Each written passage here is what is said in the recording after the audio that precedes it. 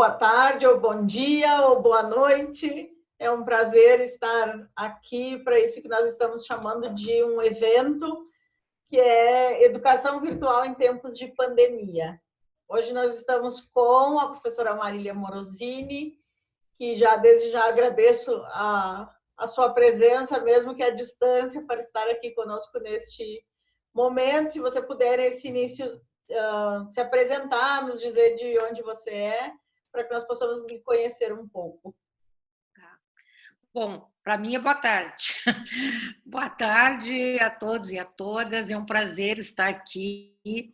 Meu nome é Marília Morosini, eu sou professora do Programa de Pós-Graduação em Educação da PUC do Rio Grande do Sul, e talvez para essa disciplina possa interessar, eu coordeno um centro de estudos em educação superior, que tem uma disciplina que atende a toda a universidade, que se chama Metodologia do Ensino Superior. Um pouco mais da minha pessoa. Eu sou uma professora que tem uma longa trajetória, eu já trabalhei desde jardim de infância, que hoje não se utiliza mais essa terminologia, ao primeiro ano, que naquela época era onde nós alfabetizávamos, já trabalhei no ensino médio e no superior. Então, eu tenho uma longa trajetória como professora e posso dizer a vocês que é a profissão que realmente eu gostaria e gosto de realizar. Então, é isso. A Priscila, professora de vocês, foi minha orientanda, foi minha aluna e é minha amiga e muito companheira de trabalho. Então, Priscila, muito obrigada pelo convite.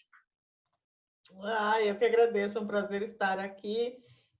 Muito da minha formação devo à professora Marília, então realmente tivemos um tempo muito bonito de convivência e de trocas e aprendizagem, e é muito bom a gente poder continuar essa convivência. Então, nesse momento que nós estamos passando, afetados aí por uma crise de saúde pública impulsionado pelo Covid-19, eu gostaria que, se você pudesse nos contar um pouquinho como você está organizando as suas aulas, tanto de graduação quanto de pós-graduação, e que estratégias metodológicas e ferramentas tecnológicas você tem utilizado nessas aulas. Ok. Bom, eu acho que para todos, né, foi um choque de realidade muito grande. Esse processo, se fosse em condições normais, provavelmente nós levaríamos anos, porque o processo da utilização do online sempre teve muita resistência. Eu não posso dizer para vocês, eu sempre fui extremamente favorável ao online. Mas a pandemia, ela nos pegou de surpresa. Eu tive uma aula, tanto na graduação como na pós. E depois veio o decreto, isolamento. Eu sou do grupo de risco. Então, vocês imaginem, eu realmente estou isolada. Às vezes eu dou uma fugidinha. Mas eu estou isolada e provavelmente no Rio Grande do Sul o semestre vai até o final todo ele online. Como eu digo, a PUC nos ofereceu um suporte muito forte. Além da plataforma que a gente utiliza, ela nos ofereceu muitas tutoriais. Mas é claro que entre o tutorial todo online e a realidade de tu teres, vamos dizer, 35 alunos no outro lado, ela foi difícil. Mas eu ainda hoje eu li, né, dizem que é do Darwin.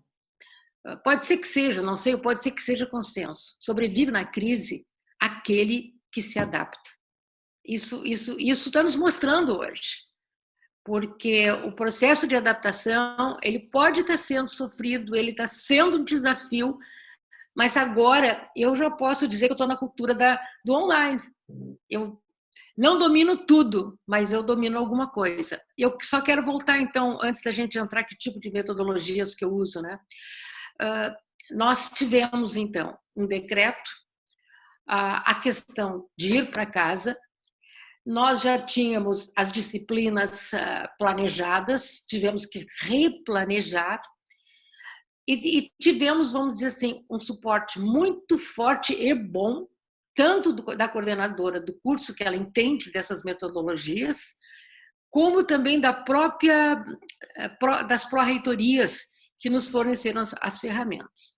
Então, isso eu acho que é uma questão bastante importante. Mas o que eu quero dizer para vocês um pouco, talvez, é que eu sou, como eu falei para vocês, eu sou uma professora que está enfrentando talvez a terceira mudança epistemológica, vamos dizer assim, da concepção ensino-aprendizagem.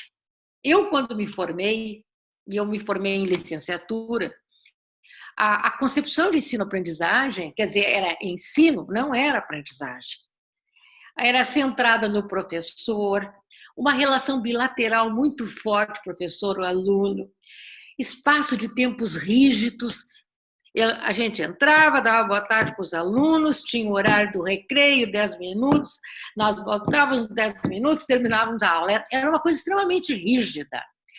A gente trabalhava muito com ênfase na memória, era a famosa decoreba. Né? A questão de teorias muito abstratas. Enfim, era um professor extremamente tradicional, baseado em livros, em textos, e eram muitos assim, não se falava em aprender, o professor transmitia. Né? Eu vivi essa época, e eu não quero dizer que essa época não exista mais. Claro que existe, tem muita gente que tem ainda toda essa concepção. Mas aí nós passamos mais recentemente para uma outra época, vamos dizer, onde o cerne passa a ser o aluno, passa a ser o processo de aprendizagem, né? Onde tu vais ter que respeitar quem é que está estudando, para quem é que tu estás ministrando. A relação professor-aluno é uma relação, desculpa, a relação professor-aluno, ela é uma relação que ela tem que ser dialógica. Tu tem que conversar com o teu aluno, explicar, tanto que no início da aula, geralmente tu faz um contrato, no início do semestre, tu faz um contrato com eles, mostrando, nós vamos ter tais e tais provas, tais e tais trabalhos, quem entrega assim. Ou seja, ele é um ser que não é um número, está muito comum, mas ele não é um número. Ele é um indivíduo, é o João, é a Maria, é a Bárbara, são pessoas que estão ali para aprender. E é muito baseado também numa questão de empatia. O meu poder como professor, ele tem o seu limite, e eu não vou me tornar um bom professor pelo poder que eu tenho de, numa determinada sala de aula, perguntar: como é o teu nome? E tomar nota do nome num caderno, ou seja, aquele poder que ele entra para o aluno, coitado, o que ele vai fazer? Não é por aí. Então, é empatia, tolerância e adaptação. Então, eu estou vivendo essa segunda fase com um background, eu me criei naquele primeiro sistema do ensino, eu estou vivendo a aprendizagem e o que acontece? Cai na cabeça de todo mundo essa pandemia. E essa pandemia faz com que nós entremos no metacognitivo digital, como assim costuma ser chamado, né? Num sistema complexo de ensino-aprendizagem, num sistema, digamos, de resolução de problemas, de modelagem, de simulação, de trabalho em equipe, né? E muito de uma flexibilidade espacial e temporal. Isso é importante, pessoal, porque no ensino em linha, online, vamos dizer assim, tu necessariamente, não sei como é, mas na PUC assim, necessariamente não é tão importante a presença num dia e numa hora marcada, mas importante é o trabalho decorrente que aquele aluno vai fazer. Nós temos um repositório, que a PUC usa o Moodle, que graças a Deus eu já dominava, a Priscila me ajudou muito Eu não dominava tudo, mas eu já dominava. E nós usamos aquele repositório, usamos também o WhatsApp. O WhatsApp, Moodle. Então, ali nós vamos tendo a aula num determinado horário, gravando essa aula e colocando essa aula à disposição dos nossos alunos, né? Então, pessoal, é um pouco o que eu gostaria de dizer é que eu tenho esses 3 modelos na minha constituição de professor. Então, os 3 presentes: o transmitir, a aprendizagem e essas metodologias, vamos dizer assim, novas, essas metodologias ativas, onde tem uma grande base agora no online. Então, é um pouco disso, Priscila. Eu posso falar outras coisas que tu quiseres também.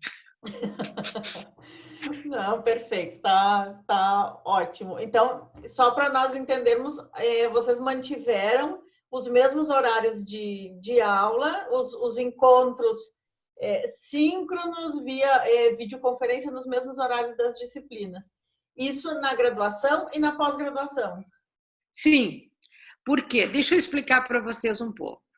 Eu trabalho na graduação no curso de pedagogia, numa disciplina que só tem alunos, praticamente só tem alunos da pedagogia, que é o projeto de trabalho de conclusão de curso.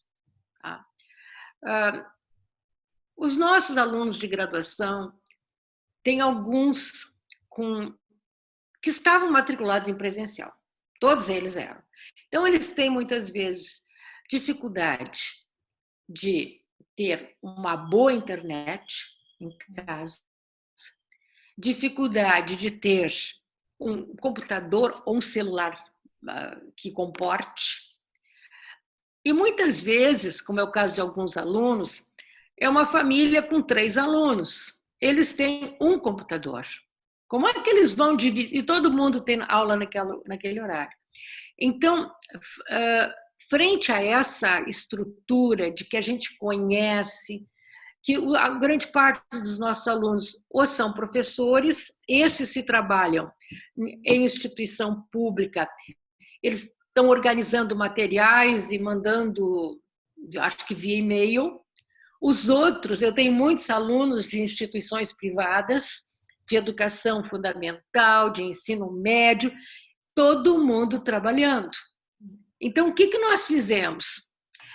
Mais as tarefas de casa, né? Vamos dizer, o que nós fizemos? A opção foi nós termos esse encontro, que ele é gravado, que ele fica na plataforma Moodle, para quem tem, por exemplo, dificuldades de acesso, N dificuldades.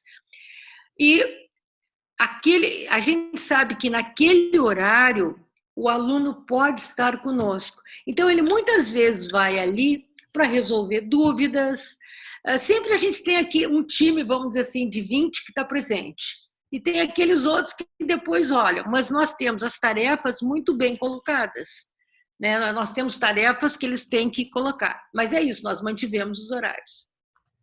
Não com a rigidez, sabe, Priscila? Por exemplo, se eu não puder, hoje eu tenho aula, né? Se eu não puder dar aula hoje, digamos que apareça uma reunião, o material está todo lá, a explicação está toda lá. Ok? Perfeito. E para a gente pensar um pouquinho em transpor toda essa organização de uma aula presencial para uma aula virtual, ela é diferente.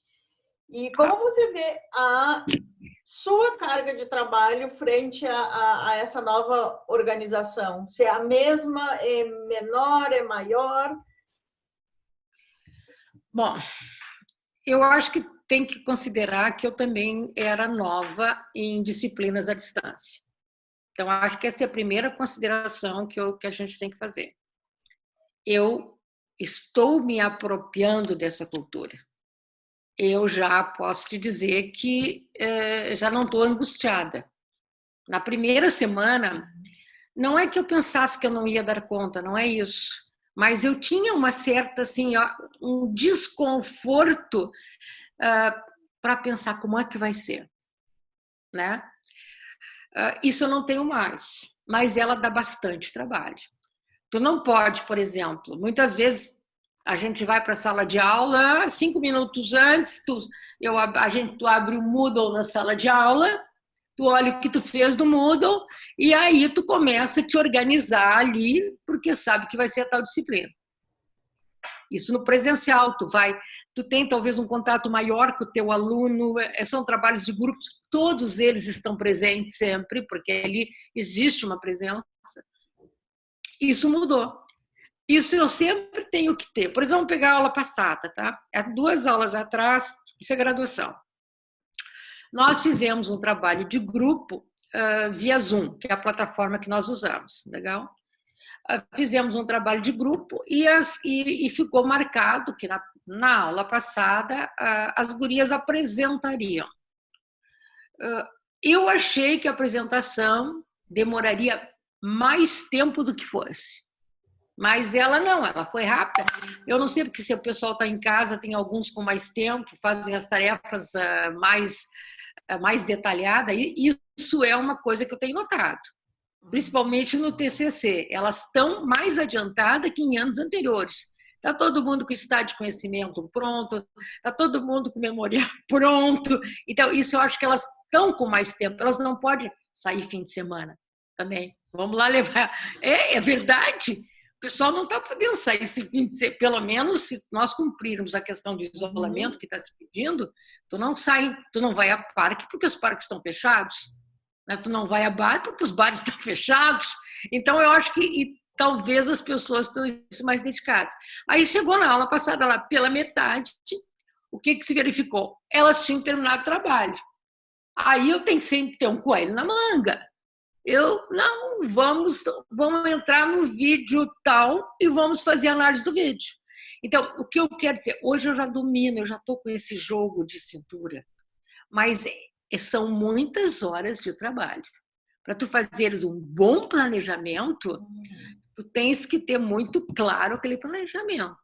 Tu tem que mostrar, inclusive, como tu não tem a necessidade da presença, tu tem que deixar sempre muito claramente a aula de hoje é isso, isso, isso. Então, tu tem que deixar claro.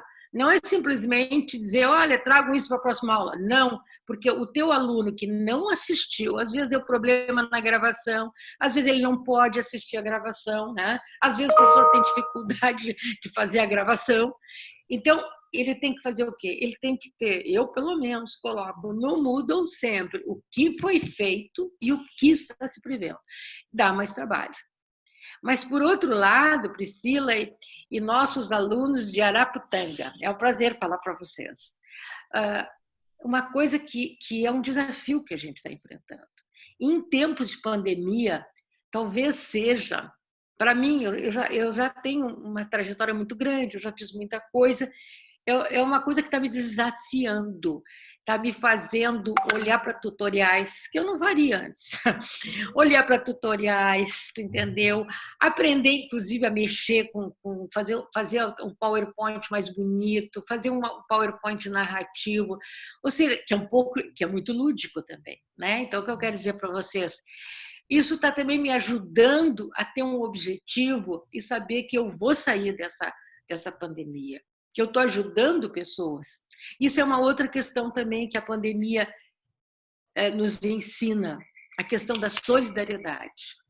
Porque nós temos um WhatsApp. Esse WhatsApp, de vez em quando se recebe, professora, eu estou sem Wi-Fi, o meu telefone não tem condições, poderia colocar a aula no WhatsApp? Então, tu passa a conhecer os teus alunos de muito mais, tu entendeu? Tu passa a trabalhar com eles mais no socioemocional. E eu acho que essa também, pessoal, é um dos ganhos do que a pandemia está nos ensinando. O cognitivo é muito importante. Ele está lá, o cognitivo. Se vocês abrirem o meu Moodle, ele é um exemplo de lindo. E não é só eu, porque eu tenho bolsista que me ajuda fazendo estágio de docência. Eu acho que aí eu tenho que reconhecer isso, a grande participação. Mas o cognitivo está todo lá. Agora, o socioemocional, aquela palavra que a pessoa te diz, eu não sei se eu vou desistir. E aí tu diz, não, vamos lá, nós estamos aqui para te ajudar. Sabe? É o dar a mão para aquele indivíduo que está dizendo assim, ai, eu não vou ter condições, está muito difícil. Então, eu acho que isso a gente aprende, isso a pandemia está nos ensinando. Eu não sei até que ponto isso não vai ser esquecido depois de terminar a pandemia, mas nesse momento, esse online, né, esse em linha, ele está nos ensinando outros valores, outras formas da gente poder olhar o teu aluno, saber que a Franciele é aquela que tem tal, a outra que ficou grávida no meio da pandemia, a outra que tem que estar isolada com o pai, assim. Então, eu acho que esse é um grande ganho. E, principalmente, também, outro ganho bacana é a gente poder conversar, por exemplo, com alunos lá de Araputanga, conversar com a Priscila. Isso é uma coisa que às vezes está até um pouco demais, porque todo mundo está fazendo reuniões de Zoom. Então, também às vezes te pesa essas reuniões de Zoom. Né? Então, alguns tu pode, alguns tu não pode. Eu tenho reuniões de Zoom que eu não faço todos os dias, né? Porque senão eu não teria nem tempo. Mas eu acho que é isso. Eu quero desejar para vocês, assim, que a gente possa construir uma educação mais equitativa, é muito por aí, com qualidade. Então, é isso, Priscila. Ótimo, até teria uma outra pergunta, mas você já falou aí da questão do sentimento como docente, eu acho que é muito por aí que tu colocou para nós essa questão desse diferencial, desse contato. E essa fala tua é importante porque existe aquela falácia de que a tecnologia nos distancia. Mas tu estás falando exatamente o contrário. A tecnologia é uma possibilidade de nos aproximar. E eu fico muito contente em ouvir isso, porque eu, como trabalho com tecnologia há muitos anos e sou entusiasta dessa ferramenta como meio para se atingir a educação, é mais um ponto positivo aí para nós, desde que, como você falou, a gente consiga fazer um bom planejamento e um bom uso desse recurso. É isso aí, eu acho que sim. Então, é isso. Agora eu tenho aula, pessoal. Hoje eu te agradeço muitíssimo e seguimos conversando. Um abraço.